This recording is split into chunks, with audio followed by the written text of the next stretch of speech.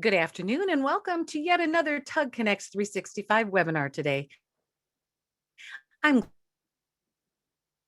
with TUG and get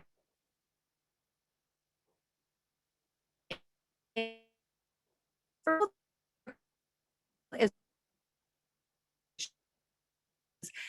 not yet our online community and for distribution software users.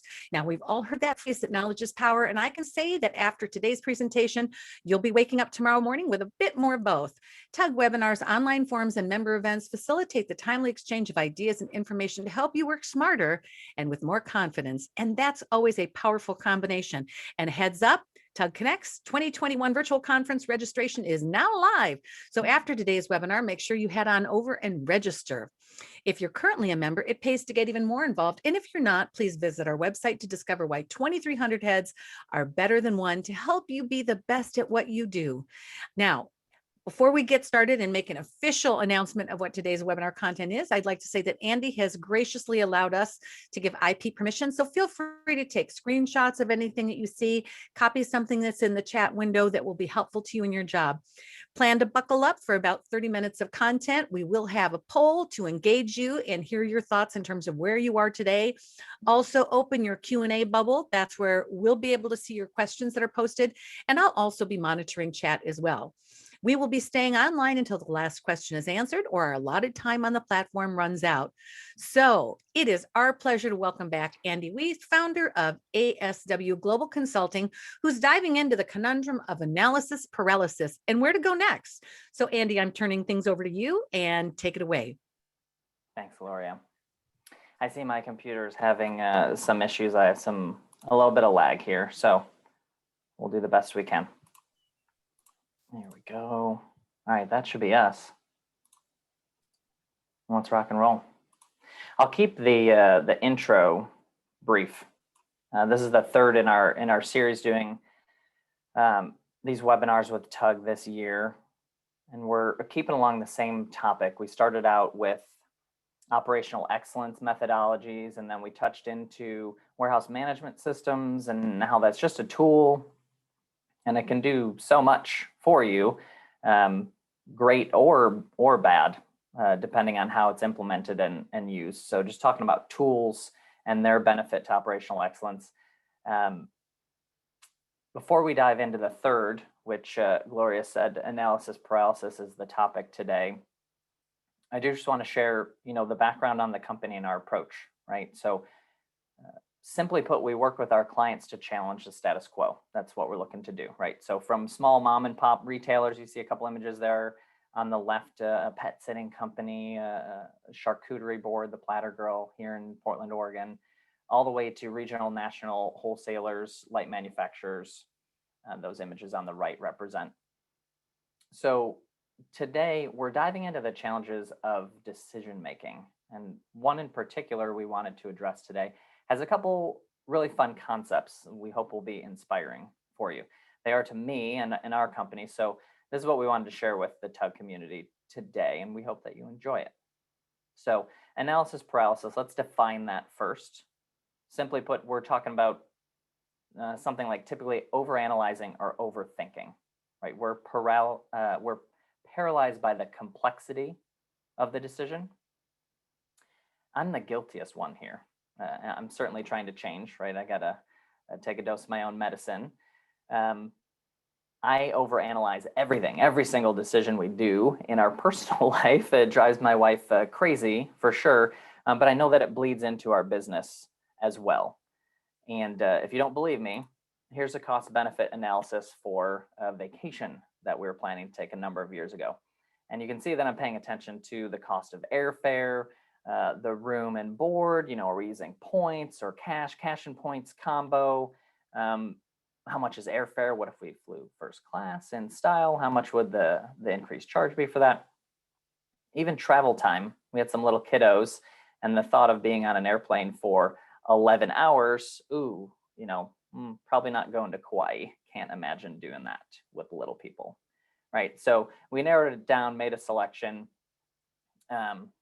One of the things that's quite ironic about this that we'll touch on today is that we often steer towards the measurable and either ignore, at least don't give enough attention to the qualitative. So knowing what the temperature was going to be, the average high temp, would help make this decision, and I just totally ignored that in my analysis.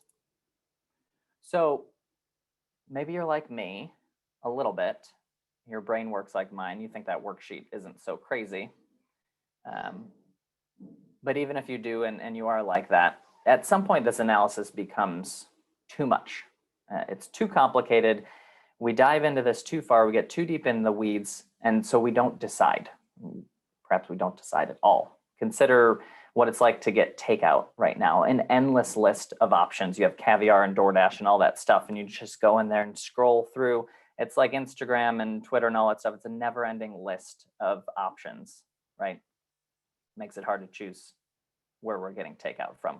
Netflix, I don't know if you've seen this yet, they added a new feature a month or so ago called Play Something, right? Just there's so many options. I can scroll through the endless list of options you have for me to watch, and I spend 15 minutes trying to pick something, and by the time I do, I fall asleep 10 minutes into it anyway. So just play something for me, pick for me, right?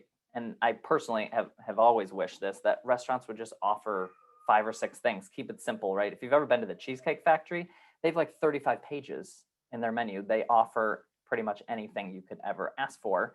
And where I end up is that these are too many options. There's too many moving parts. I get so overwhelmed, and I just pick the same thing every time, right? And so relating this to what we're talking about here in business, it's kind of the same thing. We get overwhelmed. We're like, I don't know what change to implement, what solution to choose.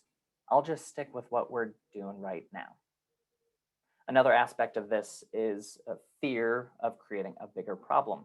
So we're creating a new norm here, right? A new reality with this change, with this implementation. And with it are going to come unknown problems. And I'm much more comfortable knowing the devil, right? I know what problems I'm going to have. And a new solution out there is going to create unknown problems. And with that comes fear.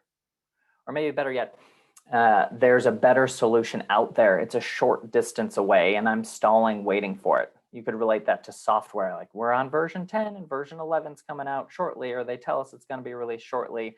Or maybe in your personal life, waiting to get the new model of a car or something like that, right? We're just waiting, stalling, not making a decision and taking advantage of the impact of that change now, and between now and when that new version or that new model would be released. So we're not saying make a hasty decision, and we certainly don't support gut decisions when data is available, but at times there is no data or there's no proof or very little. You might consider an idea is so new or even so complicated that there's no way to reasonably cover all your bases. Lastly, there's an element here about internal sabotage. We've talked about this in some other webinars we've done outside of TUG, but just in decision making in general, right? We internalize the change process and resist it naturally, right? We want to keep the status quo. So we're battling this, and there are a number of things that we're doing outwardly in an effort to preserve the existing conditions, effectively protect the status quo, keep me in my safe place, right? So this whole time we're sabotaging ourselves is the point. So in the end, we're making a bigger problem trying to find the right or the perfect solution. Rather, we could have chosen any solution, right? We didn't end up choosing any solution at all because we're paralyzed by this. And then as an example, at ASW, we saw this happening. A couple years ago, we were complaining about GoToMeeting and GoToWebinar, right? The cost of it, it's extremely expensive, very rigid platform. The auto start of recording is in GoToWebinar only. So we do training sessions with our client all the time. Those are in GoToMeeting because you don't have a large audience and you want to be interactive and all that jazz. And you have to remember to click the record button. If you forget, it doesn't record. So we do hour-long, 2-hour-long training sessions, and they'd say, great, send us the recording afterwards. Oops, I forgot to press the button, right? So we have this problem. We want to solve it. If you have looked into solutions for webinar platforms, there's a million of them out there, right? We're on Zoom right now. We use GoToWebinar, and we're testing out a solution called Demio now. But it took us 2 years to finally just say, let's do it, right? We did our due diligence, but in the end, we just went based on a peer recommendation and a simple surface evaluation of the features. We're not really going to know until we start using it, right? So that was the decision we made. We can always switch again. And the point is, again, how much damage were we causing by delaying making this change? So the last 2 years, how many times did we do a training session and we forgot to record it and send it to the client? And what a pain in the butt, right? So had we made a decision, moved on to something else that had that ingrained built into the software, we wouldn't have had to deal with that issue. All right, I'm going to mention this boot that you've all been staring at. So this is depicting a design by Hannah Alexander, and her mission was to create footwear that would generate enough power through kinetic energy to charge your phone. She recognized right away. She's always out and about on the street. She's on a phone call and she's saying, oh, we got to make this quick. I only have 2% left on my battery, right? So why don't we just harness the energy of our movement to do this? It didn't pan out. No one wanted it. No consumers wanted this solution.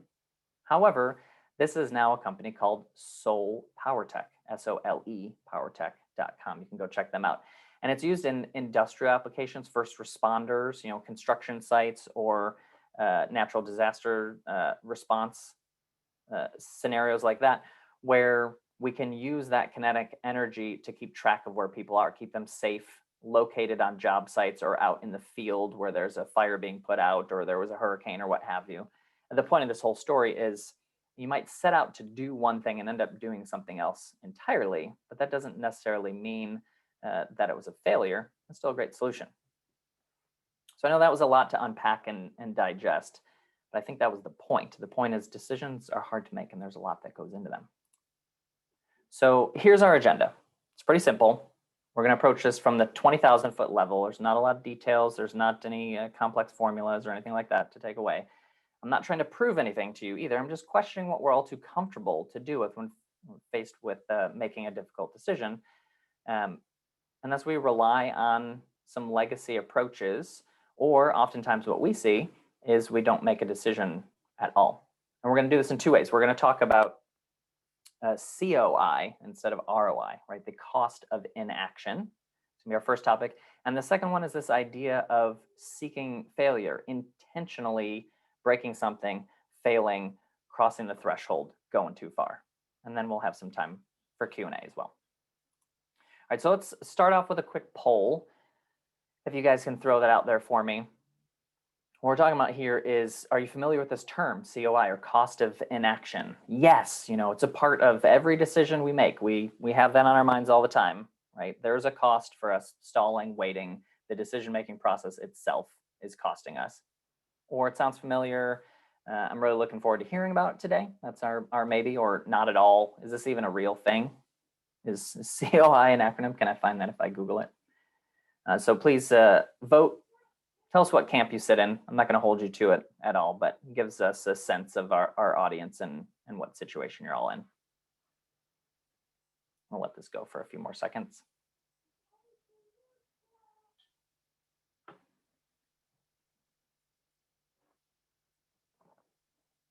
All right. Semi-surprising results. We got about a third or so of the audience says, yeah, we know it, we're using it. And almost half says, no, not at all. What is this thing? And then everyone else is in the middle. Good. Thank you for participating. That's helpful. It makes me feel like we're doing a good thing here today. All right. So let's talk about this guy, ROI versus COI. We're not saying throw out ROI, return on investment. Hopefully you're familiar with that term, right? How much am I spending, investing, so on in this, and what's my payback going to be if it costs $100,000 and we're going to save or make $100,000 over the next 12 months due to this solution? My ROI is 12 months. Great. What we are saying, though, is perhaps we're focusing too much on this, or we're not embracing any other approaches to decision making. So think about it this way. Flip it upside down. How will putting this off, this decision, improve anything? And what I mean by that, and in reality, this is 5 years later, you still haven't done it, right? We've been talking about this for a long time, and you've been saying, that sounds expensive. I don't think it's really going to benefit us. How do you know that? Do you know the answer to that? Do you have the facts to back that up? I said the words sounds like, feels like, I think. and those aren't facts, right? So that's what we want to get to the bottom of, and we can't do that if we don't have anything to measure. And what I want to propose today is not too many people are accurately measuring the before and after numbers anyway. Only on million-dollar, multi-million-dollar projects are there funds allocated and resources available to do that type of study. So all these decisions that are in the 25K, 75K range, we're making those decisions every day, every week, and there's no resources to do a study like that. So how can we say that we know what the ROI is? We can't, right? Budget is also a major component of this. That's a component of ROI, right? We need to know how much this is going to cost so we can budget for it. And the truth is, you're going over budget. Studies show that most IT projects are 50 to 200% over budget. And what I'm here to say also is you're not going to realize those gains either. The study that was done, the spreadsheet that was filled out, the software company or the consulting firm or the engineering firm, whatever they put in front of you that said, here's your payback, that is based on you achieving 100% success, most likely. And we know from experience that you're not hitting that 100% mark. You're maybe getting 20, 40% out of your new solution, right? Maybe 60 if you're doing fantastic. But so it's going to take a lot longer. And the truth is you were sold on something that probably isn't necessarily true, right? Hopefully you're with me still. Also, I want to say that nothing is bulletproof. You know, these are great plans. We got to have plans, but we've had projects impacted by natural disasters, death of a project member during the final phases of a project. And most recently, you're all here with me, a pandemic has caused a whole bunch of changes. So we're US based. We can't even travel into Canada. We have clients in Canada. We can't go on site to work with them, right? Major disruptions to projects, nothing we could plan for. And one example I wanted to include as well, we had a project manager on the client side quit 1 month before the go live date, right? So the point is you just can't plan for everything. And even if you do, your plans aren't 100% accurate. So take a step back. What are you picturing right now? Maybe you're picturing some physical equipment, maybe newer, faster copy scanner multifunction machines, something like that. Maybe a software route optimization app for your delivery drivers, for your fleet of trucks.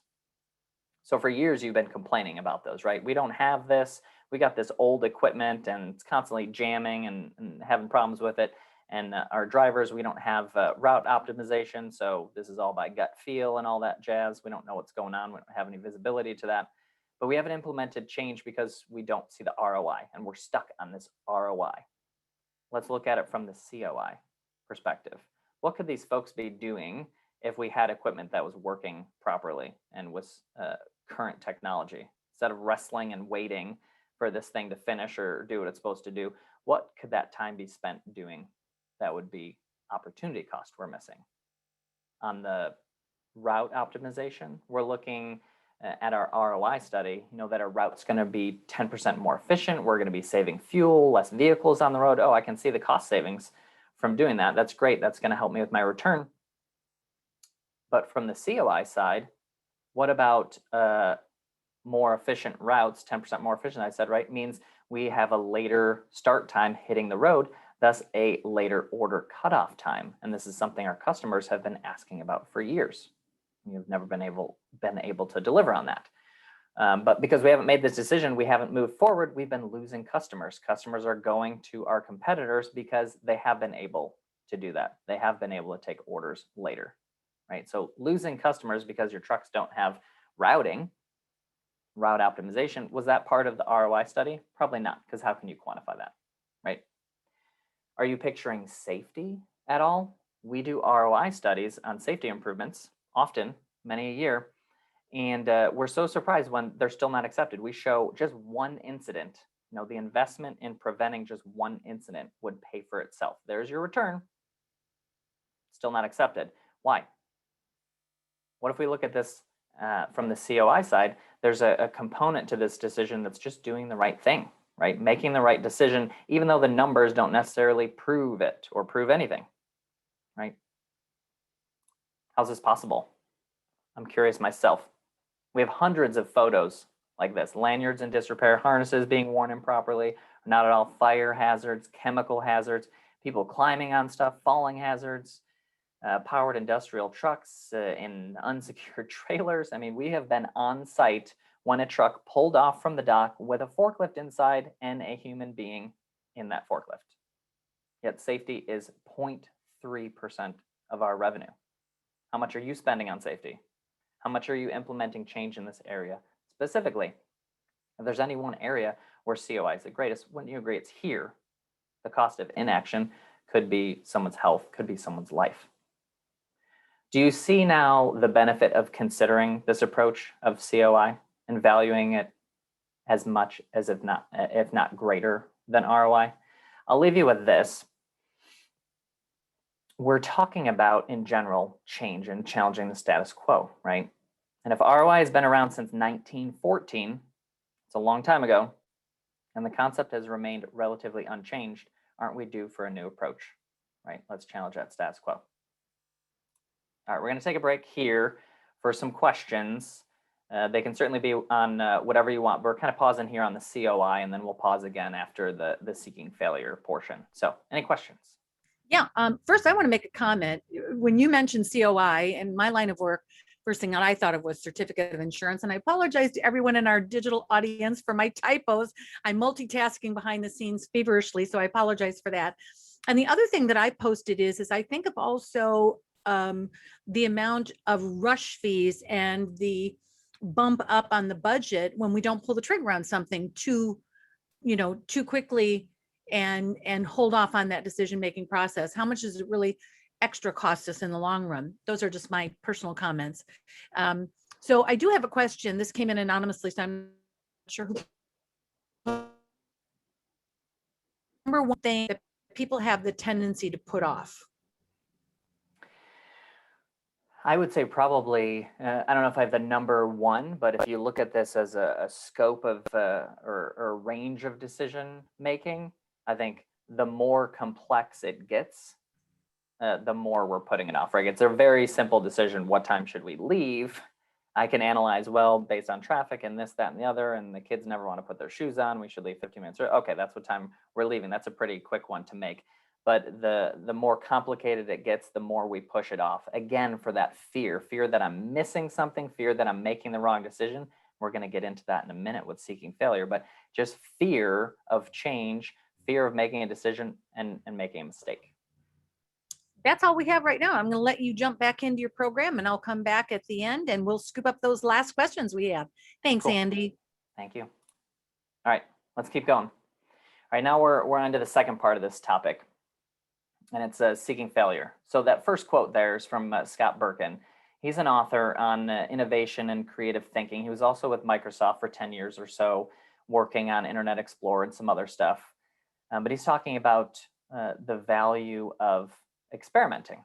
And we talked about experimentation in one of the previous webinars in this series, that operational excellence requires a scientific approach. It requires experimentation, meaning utilize these practices and methodologies that serve us so well in other industries. A hypothesis, measure the before and after output or changes or what have you, only make one change at a time, right? So where would we be in other industries? Where would we be in medicine or technology if there was no experimenting? So let's apply that logic in our businesses as well.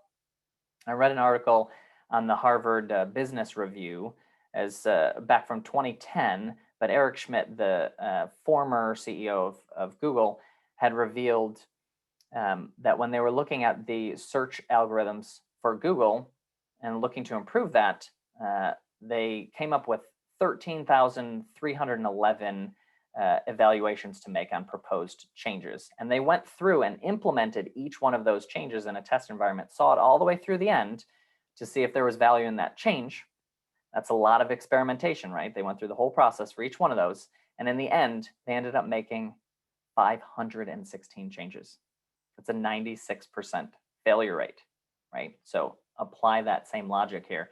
Not only are they seeking failure, they're achieving it 96% of the time, but they see the value in it because those 516 changes were absolutely worth it. So this isn't a new concept. This isn't coming up with anything crazy that no one else has done before. But I wanted to share it with you all today. It really hit home to me when I met Adam Creek. That's this gentleman on the screen right here. He's an Olympian for Team Canada, gold medal rower. He's now an executive business coach. He relates business and personal goals often to athletics. Much of his work is on the person as an individual and how their vision and goals must be addressed before they can play their part in helping the organization move forward. So I certainly encourage you to watch his TEDx presentation on YouTube.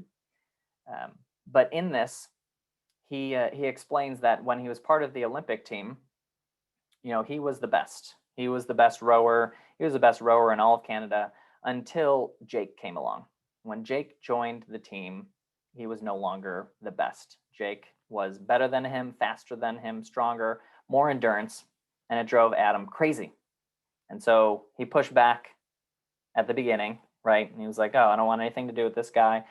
But then started to embrace it, right? And reached out to Jake and said, how are you doing this? How are you so good? And Jake's answer was quite simple. He said, I seek failure. And Adam was like, I don't know what that means. Please explain it. So Jake went on to explain, we do these workouts every week, all week long. And I set an intention for one of these workouts. I'm intentionally going to fail. I'm going to push myself too far until my body fails and quits on me. And the reason for that is this: to know the limit, the true limit of my body in this case. But we can apply this to anything, right? So there's a perceived limit. I think we can only go this far, but until you actually cross into failure, you don't know where the actual limit is. And he calls this the capacity bubble. He also goes into his ideas about being happy with it, that the majority of growth and emergence comes from this space between the perceived limit and the actual limit. That's where all success is from. He also goes into brain science, proving, we're smarter when we're happy. So we need to be happy failures, right? I'm not going to go into all that today, but I will share this pushing to failure concept relates to me personally, also in athletics, but we'll tie it back to business. I play hockey, so I learned to ice skate.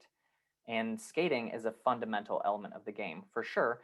But a lot of people don't embrace that. And they want to work on their stick handling and shooting. And all they do is practice slap shots all the time. But I was taught through going to skating camps and clinics that skating is fundamental. We don't even need to touch the puck first until you can skate and skate well.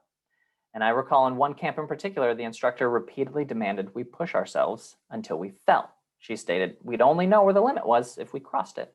All these memories were suppressed until I started reading this stuff and talking with Adam. And I was like, I remember these principles very well. So this instructor was 100% right. Intentionally pushing past that known limit led to many a fall. Fell all the time, sore hips, sore butt, definitely.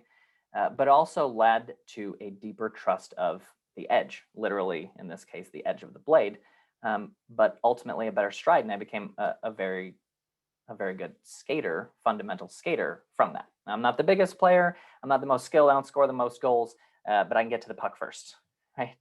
So why do we understand these concepts, but we don't apply them in business?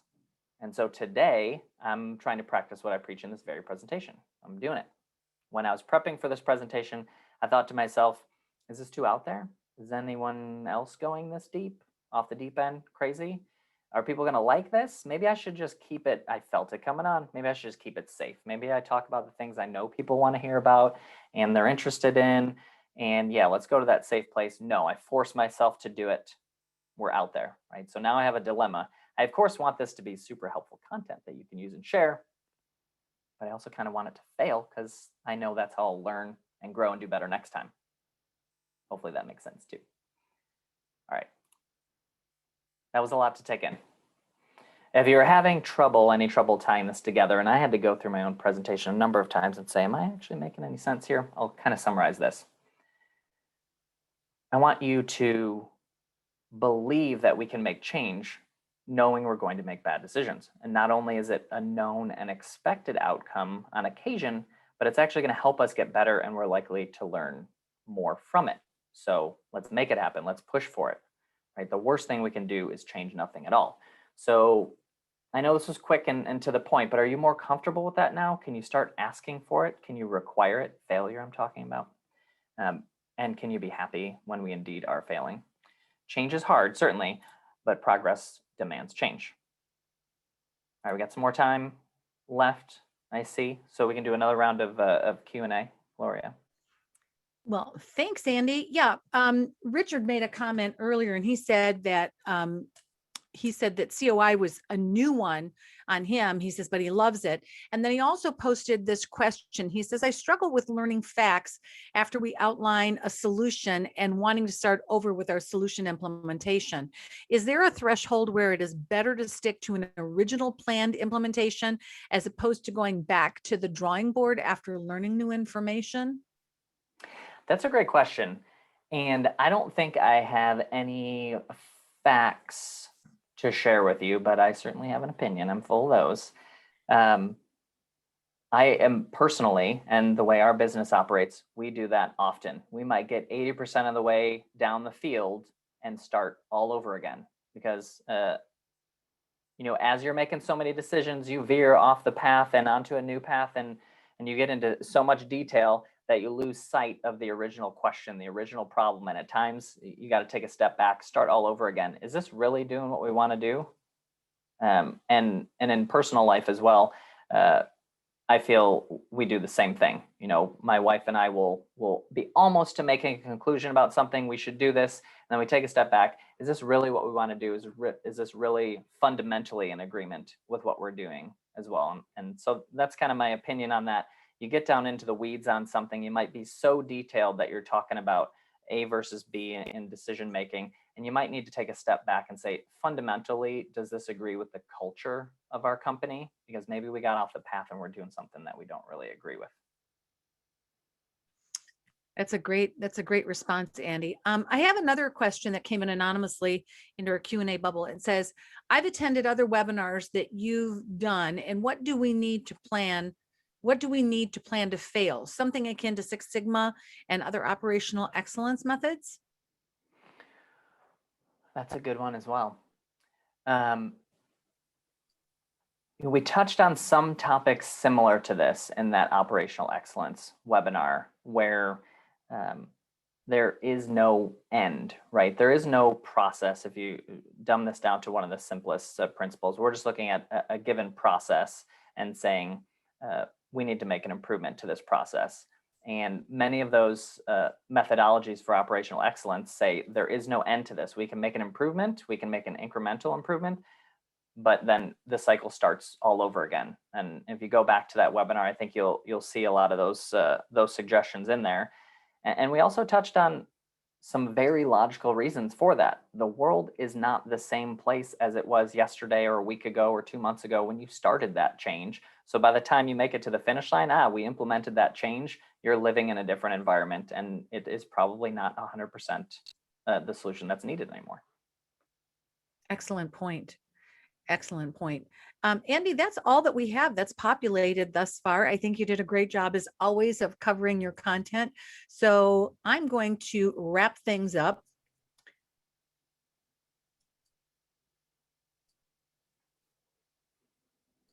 I had so many windows open. I've got chat open, Q&A bubbles open, and your PowerPoint open. So first of all, let me just thank you, Andy. You always do such a great job at presenting, and you're so wonderful to work with. And I know that you hold everyone's rapt attention.